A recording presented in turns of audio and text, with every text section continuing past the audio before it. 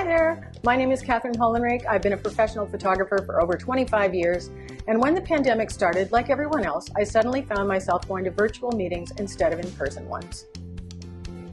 I was faced with many of the same issues others were and are, with the caveat that as a professional photographer of mostly people, often in the realm of business portraiture, I had a head start because making someone look good in a frame is my thing.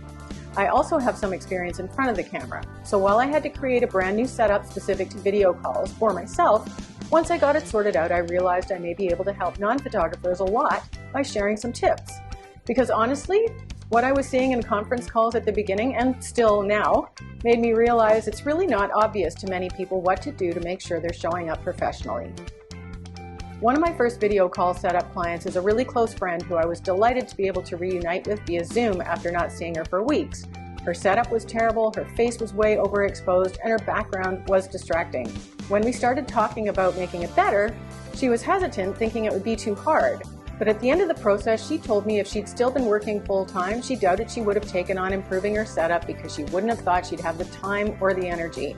But now that her setup is done, she's so happy she did it, and it wasn't that difficult at all. In fact, and this is true, she loves her virtual background so much, it's a lovely, stylish, open loft space, that she often starts her meetings a bit early so she can enjoy being in her loft.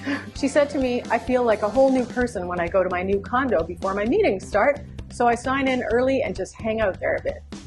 The point is that thanks to her improved setup, she now feels confident about video calls and actually looks forward to them. Why does it matter? I think it's fairly certain that video calls are not going away, and in them you are making an impression whether you want to or not. So you may as well make it a good one. And turning off your video is not going to serve you in that regard. This is not the time to sit at the end of the table and hope nobody notices you by being the name-only participant.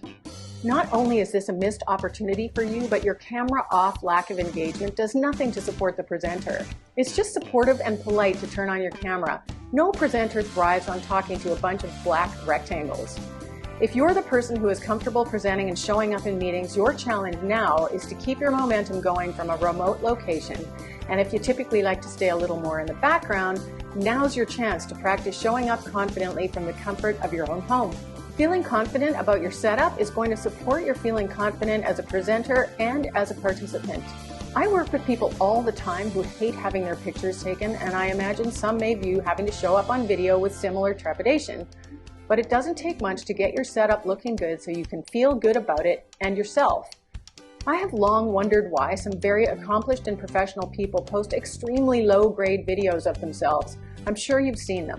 And I guess the thought was that it's better to jump on the video bandwagon ASAP than get bogged down and delayed by daunting technical considerations. I totally get that.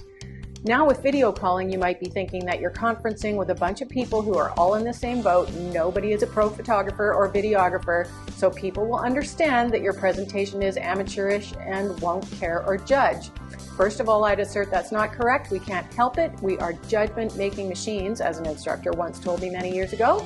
And secondly, as we transition to what is likely a long-term model of working remotely more often, it will be less and less acceptable to keep playing that card. You may think your boss or team members aren't noticing your Zoom technique, but they are.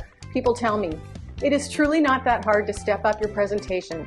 And just as I've been campaigning for a long time to encourage people to make sure their still profile photos accurately reflect their professional standards, I'm now doing the same with video conferencing. It can only support and enhance your professional journey to show up looking the part, whether in a still photo or a video call. My goal is to make this as accessible as possible. I get that for many, having to work on their video conference presentation is not a welcome item on their to-do list, and for many, spending a bunch of money on expensive gear is not practical or desirable. This is not for people who are launching into new careers as YouTubers, but for everyone who wants to show up in their virtual meetings as professionally as they show up to their actual meetings.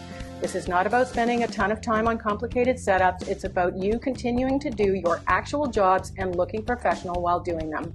I want to help you get online and look professional with limited cost and effort, so let's get started. Here's what I'm going to cover over this set of short videos.